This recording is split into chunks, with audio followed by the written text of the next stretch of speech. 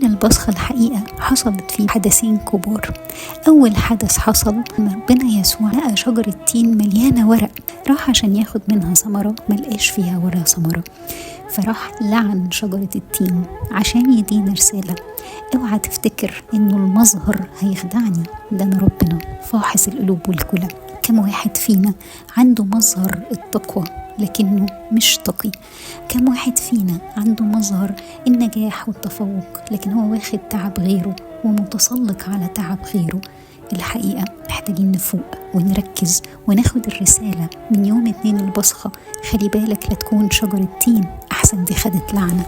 تاني حاجة عملها مهمة قوي يوم الاثنين، إنه دخل وطهر الهيكل. يعني إيه؟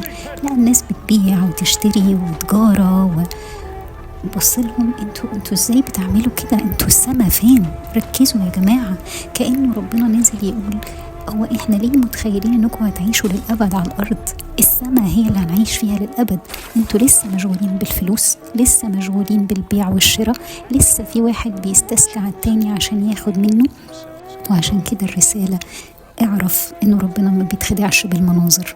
لا شكل الخادم ولا شكل المتدين هو اللي هيعجب ربنا، أما الخادم الحقيقي اللي بيخدم بجد ده اللي يعجب ربنا. القلب النقي هو اللي يعجب ربنا. الإنسان اللي من جواه بجد عنده ثمر، هي دي اللي تعجب ربنا. نقي قلبك من جوه بالتوبة والاعتراف، واحذر محبة المال لأنها أصل لكل الشرور.